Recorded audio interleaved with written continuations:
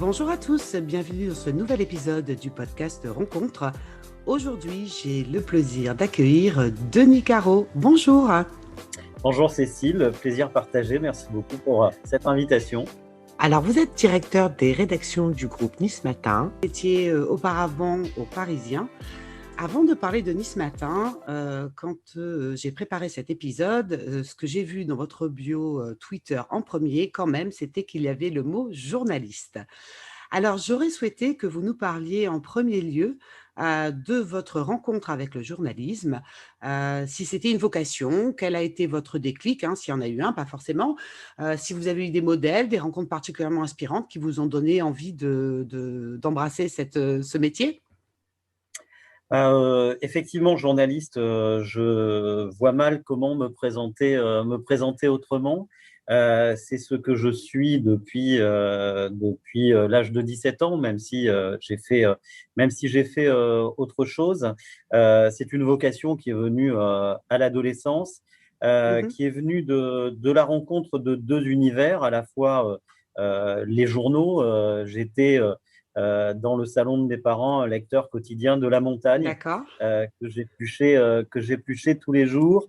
Et j'ai une grosse sensibilité autour du sujet de l'automobile. Et c'est la rencontre de ces deux mondes qui a fait que un jour, j'avais à peine 17 ans, je me suis retrouvé à commencer à faire des piges Ah, pour un journal automobile qui s'appelait Autopassion. d'accord. Et je faisais des articles et des reportages sur les automobiles anciennes. Et c'est comme ça que de fil en aiguille, j'ai fait des rencontres. Mhm. Et ces rencontres m'ont conforté, m'ont confirmé dans l'idée et l'envie de faire du journalisme, ce qui fait qu'à 17 ans, j'ai poussé la porte de La Montagne à Limoges pour demander s'il était possible de trouver un petit coin pour me prendre en stage. Ouais. Et fait un premier stage l'été de mes 17 ans, un deuxième. Mhm. Et j'ai gardé le pied dans la porte et j'ai continué. Et j'ai commencé à faire des piges. J'ai continué à travailler pour ce Et titre-là. vous avez été particulièrement audacieux parce que vous me disiez donc à 23 ans, vous sautez déjà un grand pas.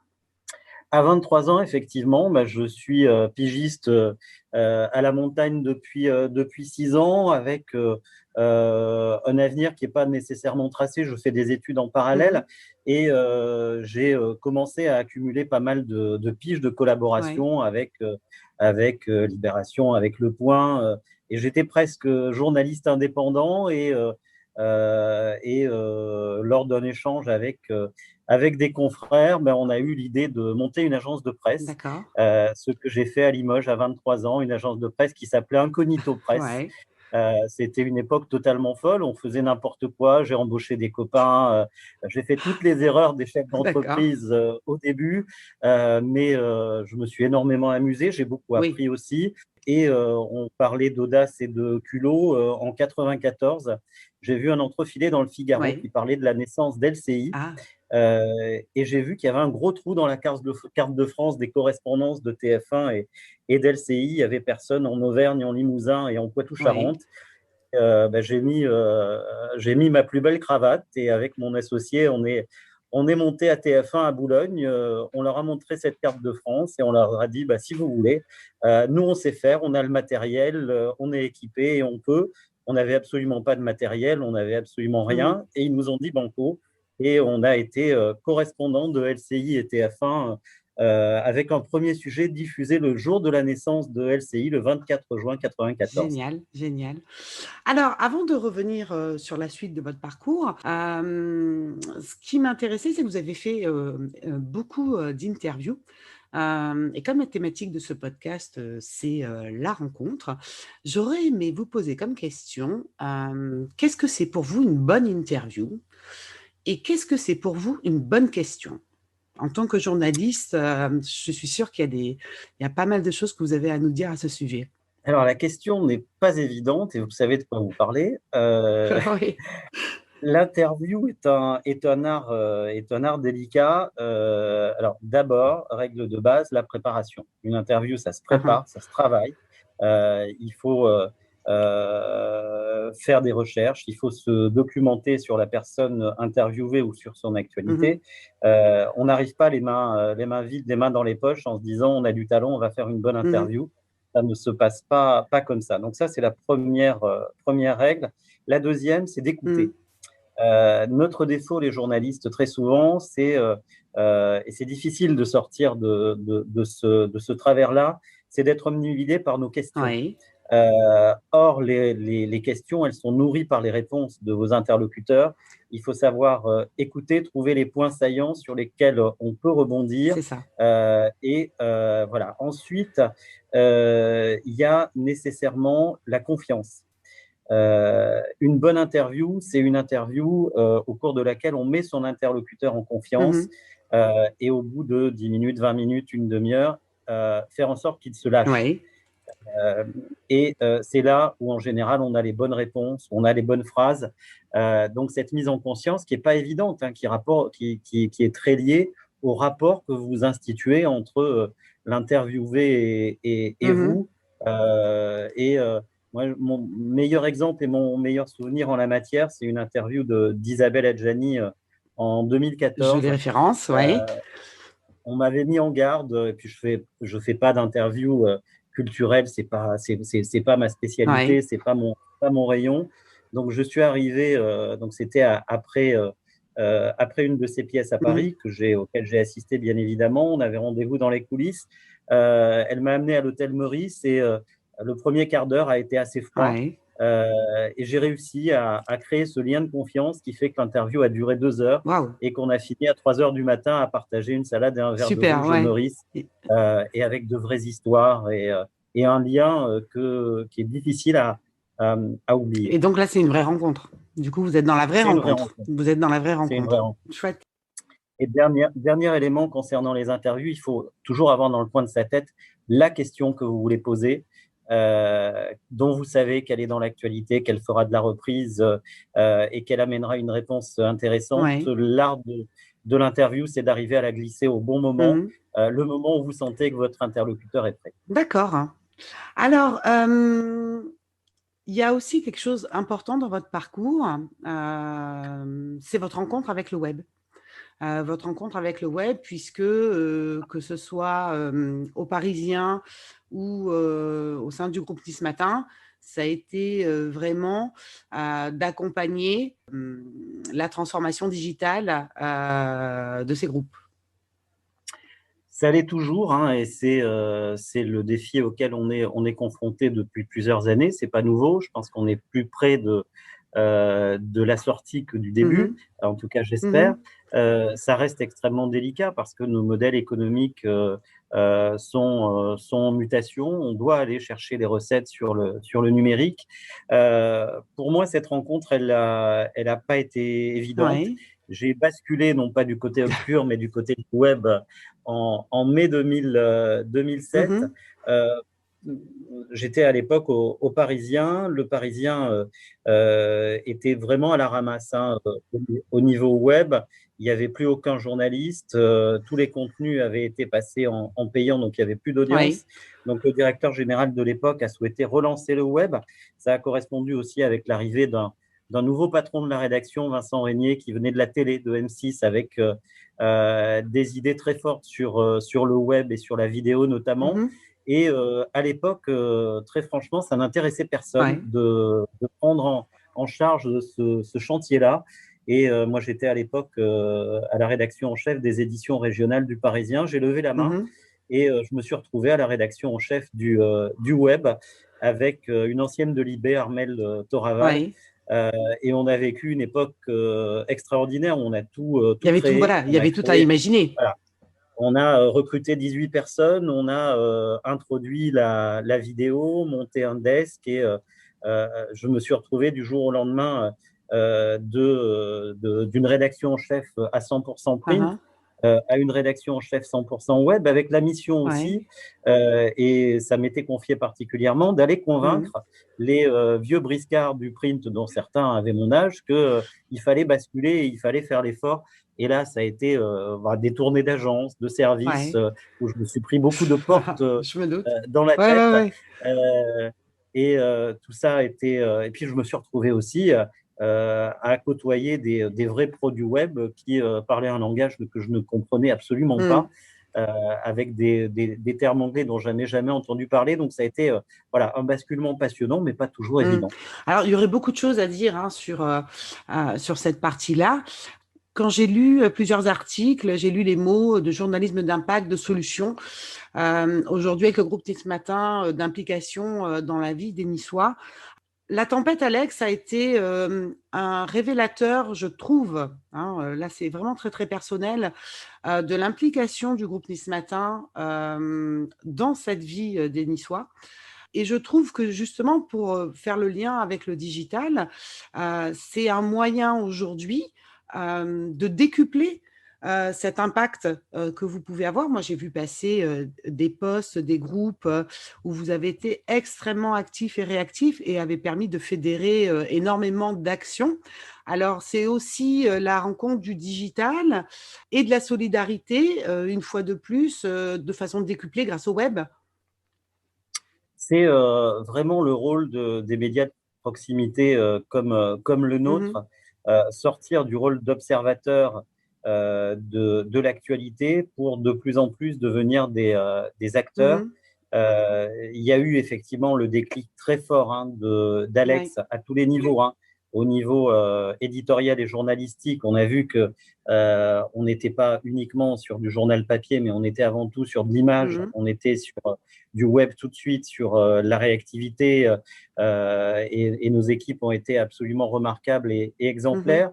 Il y a de la solidarité, et puis c'est un réflexe chez nous maintenant. Il y a eu le déclic d'Alex, mais je pense que tout ça est né de deux épisodes précédents qui sont les inondations de fin c'est 2015 vrai. dans l'ouest des Mhm, Alpes-Maritimes et l'attentat du 14 mhm, juillet, où quelque part et de manière assez naturelle, on s'est arrogé un rôle qui va très au-delà de notre rôle de témoin et d'observateur. On accompagne la population au-delà de nos lecteurs et on fait en sorte, et ça a été le cas avec Alex, d'utiliser notre puissance mhm. quelque part, Bien hein, la sûr. puissance de nos titres, notre puissance d'action. Mhm, Quand on décide le samedi matin, le lendemain d'Alex, de centraliser les dons, le soir même, le hall du journal est rempli. On ne peut plus accepter quoi que ce ouais, soit. les images étaient extraordinaires. Donc, Franchement, c'était. voilà, après tout ça, il a fallu l'organiser et très vite, on ne se trompe pas de Mhm, métier.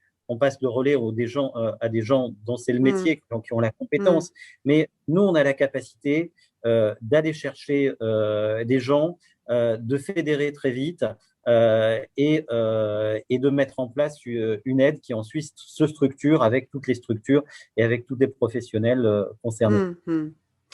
Eh bien, écoutez, merci pour avoir abordé ce sujet. Alors, j'avais envie de vous parler. Alors, vous êtes extrêmement discret.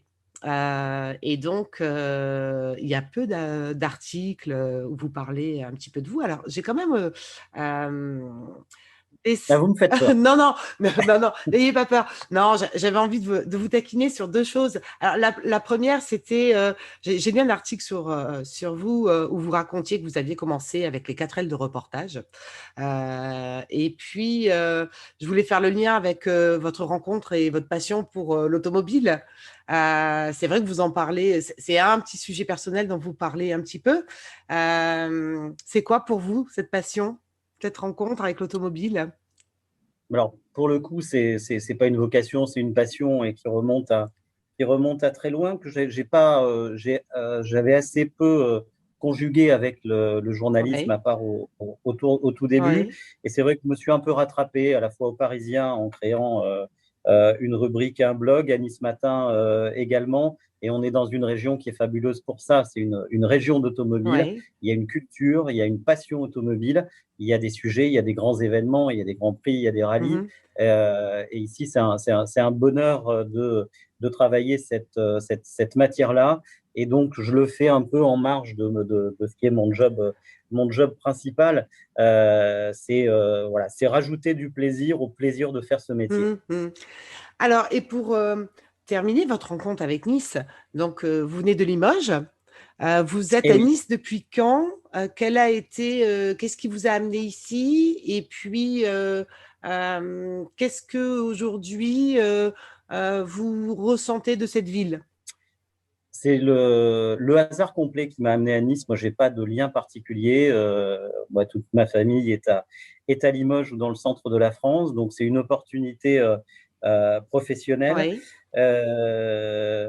Et c'est une ville à laquelle, mais c'est du lieu commun de chez le lieu commun à laquelle on s'attache. Moi, j'ai la faiblesse de penser que je suis niçois aujourd'hui, même si j'ai pas oublié mes racines. Et ce que j'ai vécu avec les équipes de Nice Oui, Matin, les bons moments, les drames, parce qu'on en a vécu bien sûr. Mhm. plusieurs aussi, le choc du 14 juillet Oui. qui nous a beaucoup marqué et qui quelque part, pour les gens qui ne le sont pas, nous a tous rendus niçois. Mhm. Et c'est une ville à laquelle voilà, on ne peut qu'être admiratif de la manière dont elle évolue. Moi, je suis venu à Nice pour raison professionnelle pour un séminaire Oui, en 2007. oui. Cette ville, 14 ans plus tard, elle n'a plus rien à voir. Elle s'est embellie, elle a des atouts formidables et moi, je suis convaincu que l'avenir en France, il se fera autour de villes comme Nice et particulièrement à Mhm. Nice. Alors d'ailleurs, j'ai lu que vous étiez tellement bien adapté à notre ville que vous faisiez même votre huile d'olive. Alors j'ai eu la chance pendant quelques années d'être locataire d'une Ouais, maison avec une vingtaine d'oliviers multicentenaires. ouais. Et effectivement, on a fait notre huile. C'est une manière de sentir qu'on appartient à cette région. Ouais, Donc je ne le fais plus puisque j'ai plus d'oliviers ouais. aujourd'hui, mais Ça a été le plaisir à un voilà. moment donné de. Voilà, et puis accessoirement, et c'est très personnel, mais mon dernier enfant, les trois premiers sont nés à Limoges, le dernier est né à Nice, et c'est un vrai Niçois, avec presque l'accent, qui mange de la pisse saladière, et qui, Alors, en parlant de cuisine, on va passer aux petites questions de fin d'interview. Alors, votre plat niçois préféré? moi, j'en ai parlé, c'est pas d'une originalité folle, la pisse La saladière, pisse saladière? et notamment celle que fait ma femme. Ah, d'accord. Alors, je crois qu'il y a le concours de la pisse saladière, hein, je crois que c'est au mois de juin. Le Ouais, bah, concours pourquoi pas. mondial de la pisse saladière. Je fais un clin d'œil à une amie, d'ailleurs, à ce sujet. Alors, Après le championnat du monde de Pambagna. exactement, exactement, c'était ce samedi. Ouais. Si vous deviez faire découvrir Nice à quelqu'un, où l'amèneriez-vous en premier? Je l'amènerai à Castelplage. J'ai un lien très fort avec cet endroit puisque j'évoquais le séminaire que j'avais fait en Oui. 2007. J'y ai atterri par hasard. J'étais tombé sur des collègues, des confrères. Et j'ai découvert ce lieu. J'ai découvert son patron, Ali, avec qui j'ai un lien très fort et à qui j'ai demandé conseil quand j'ai été contacté pour ce poste à Nice Matin. Ah, super. Ok. Donc, c'est un endroit magique. Ouais. C'est le plus beau point de vue sur Nice et c'est un endroit, moi, qui m'envoûte totalement. D'accord. Alors, la question que je pose à l'ensemble de mes invités sur Podcast Rencontre, c'est si vous pouviez dîner avec la personne de votre choix, du présent, du passé, réel ou fictive, avec qui choisiriez-vous de passer ce moment? Bah, sans hésitation avec l'écrivain Antoine Blondin. D'accord. Antoine Blondin qui est de mon pays, hein, il avait trouvé refuge à Linard en Haute-Vienne. Mhm. C'est un rendez-vous raté puisque bah, dans ma première année de stage, je devais aller voir Antoine Blondin avec un confrère. Il y a eu une incompréhension sur l'horaire. J'ai Ouais. jamais rencontré Antoine Blondin et c'est une très grande frustration pour moi. D'accord. Et je rêve de partager des verres de contact avec Antoine Blondin et d'appeler quelques-uns de mes copains limougeaux Ouais. pour passer une soirée avec quelqu'un pour moi, est un monument de la littérature, du journalisme Ouais, et une vraie référence. d'accord. Eh bien, écoutez, merci beaucoup, Denis Caro, d'avoir participé à ce podcast et d'avoir répondu à mes questions. Merci beaucoup. Un grand merci, un vrai plaisir. Merci, au revoir. Au revoir. Depuis un peu plus de 2 mois maintenant, Podcast Rencontre, c'est un épisode chaque jeudi. Vous avez aimé cet épisode? Le meilleur moyen de soutenir ce podcast et de l'aider à grandir est de vous abonner et de le partager sur les réseaux sociaux et avec vos amis. Merci à tous.